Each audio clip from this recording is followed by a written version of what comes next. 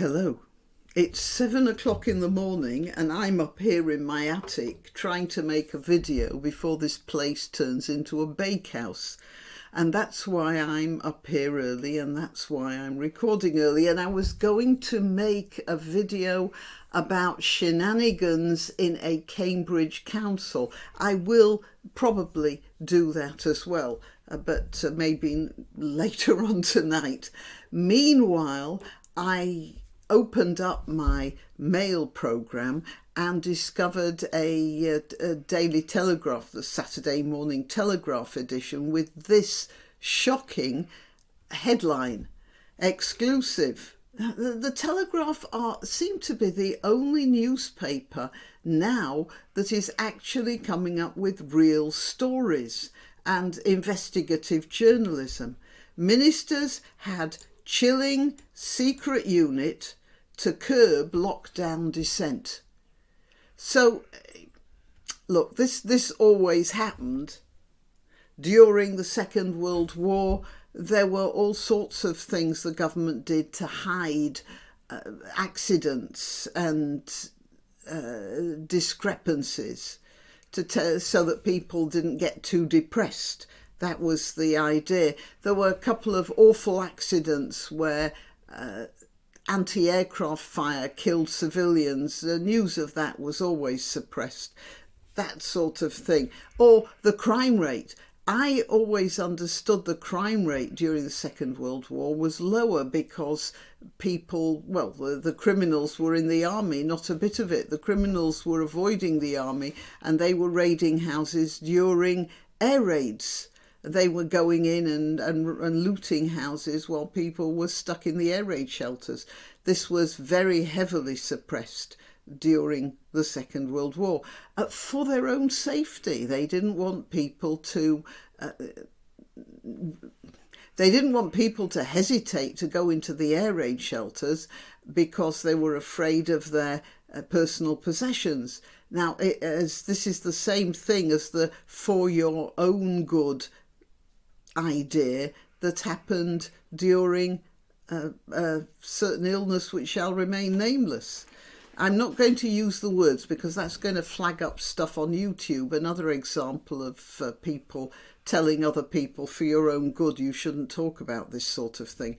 Now, this one is to do with... now, why do they have these? Right, I'll get there. You see, I haven't read the article except for the first few sentences.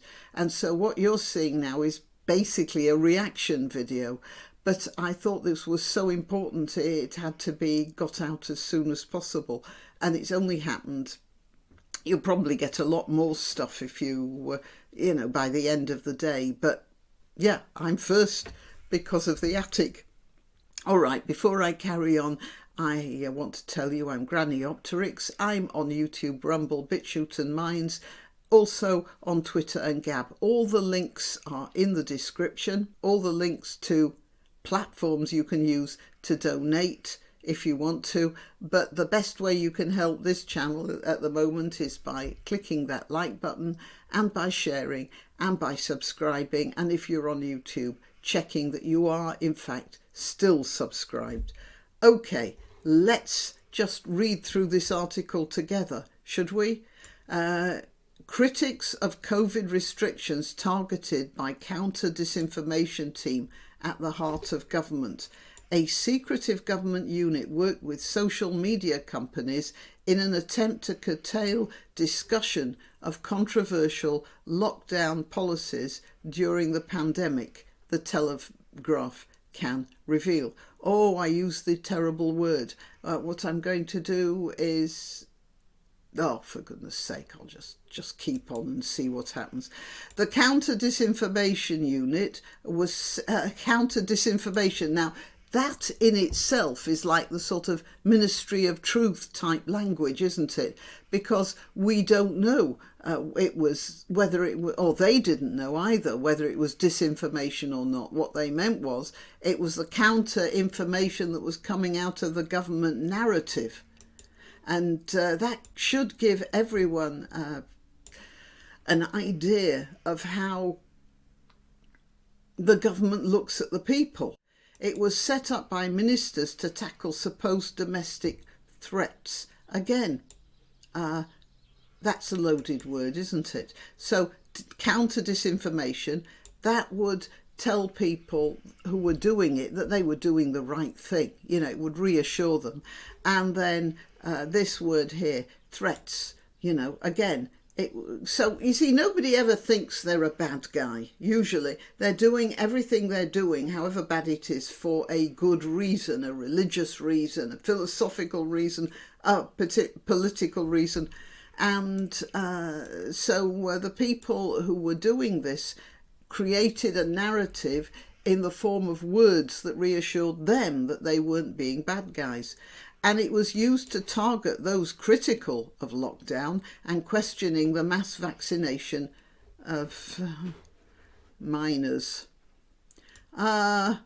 Critics of lockdown had posts removed from social media.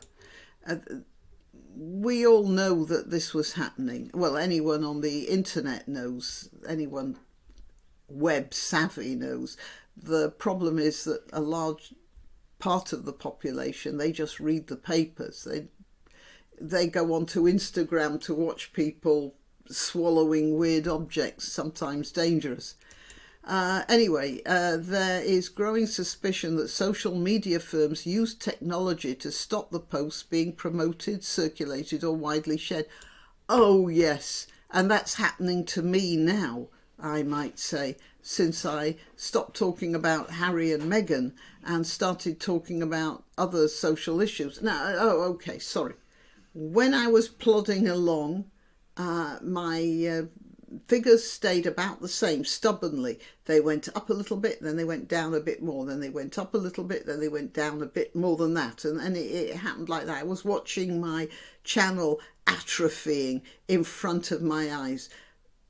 Then, because of circumstances, not because I was trying to sell anything, I was talking a lot about Harry and Meghan. Oh, the numbers went up. I gained hundreds of subscribers. It was all lovely. I thought, oh, well, something's happened. Maybe a block's been removed. Now I'm going back to talking about serious stuff.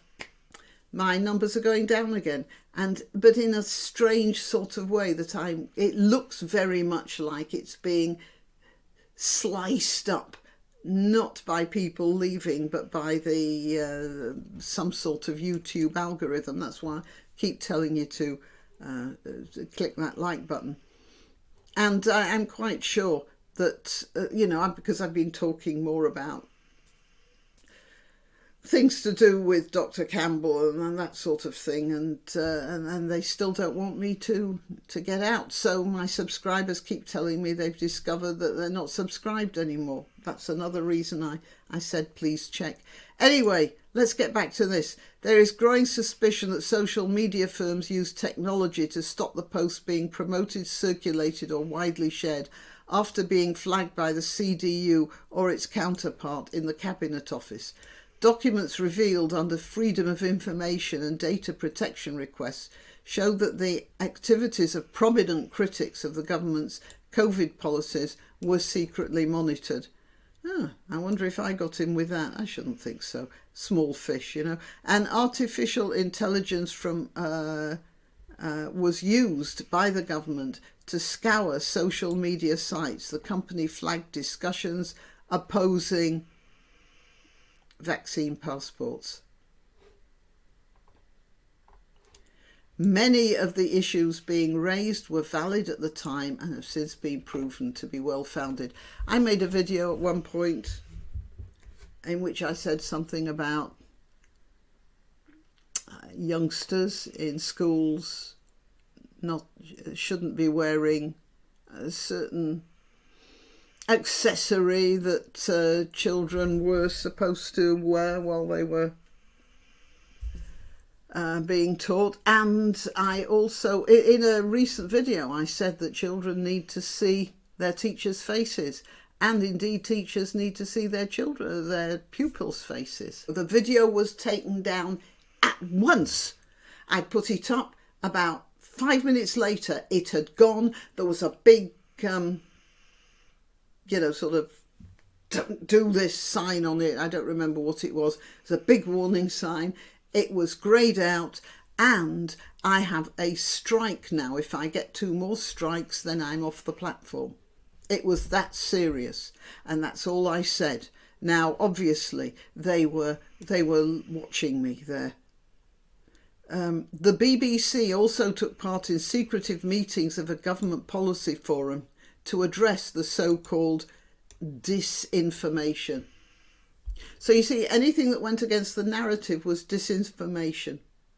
And that's the way the people who were doing it could convince themselves that they weren't bad guys. They were just helping people. It's for your own good, that sort of thing. On Friday, MPs and freedom of speech campaigners condemned the disclosures as truly chilling. Oh yes, they are. And a tool for censoring British citizens akin to those of the Chinese Communist Party, for sure.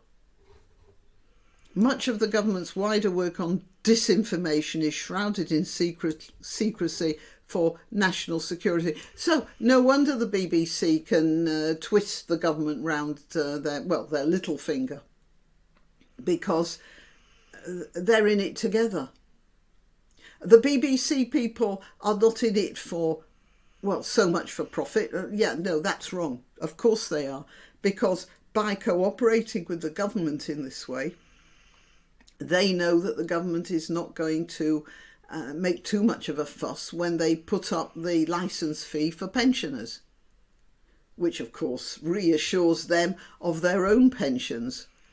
In America, Twitter has released similar information showing how the US government also introduced a secretive program to curtail discussion of COVID lockdowns.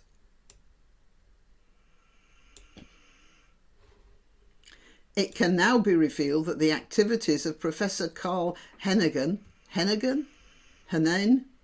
I'm sorry, I'll pronounce it Heneghan, it's probably wrong. Oh, the name's gone now. Interesting. The Oxford epidemiologist who has advised Boris Johnson and Dr. Alexandra de Figueiredo, a research fellow at London School of Hygiene and Tropical Medicine, were monitored by government disinformation units. It says here, profile. Professor Carl Heneghan, an Oxford academic, was censored by social media companies. So I'm not going to expand that, because maybe that this video's going on for long enough. Molly Kingsley, who set up a campaign to keep schools open during the pandemic, also had her social activity monitored. As well as the CDU, the government operated a rapid response unit. Oh, I bet they felt great being called a rapid response unit in the Cabinet Office that hunted online for content it considered disinformation. So we have a situation here where the government decides what the truth is, and then whatever is not their truth is disinformation, and they had a unit to shut it down. Well, that's reassuring, isn't it? But remember, folks, it's for your own good. Why not treat yourself or a favoured relative or friend to these magnificent examples of merch? The mugs and t-shirts come in the granniopteryx design or Granbo with a firearm, or the more deadly knitting needles. Go to www.granniopteryx.com, and whatever platform you're watching this on, please click like, subscribe and share.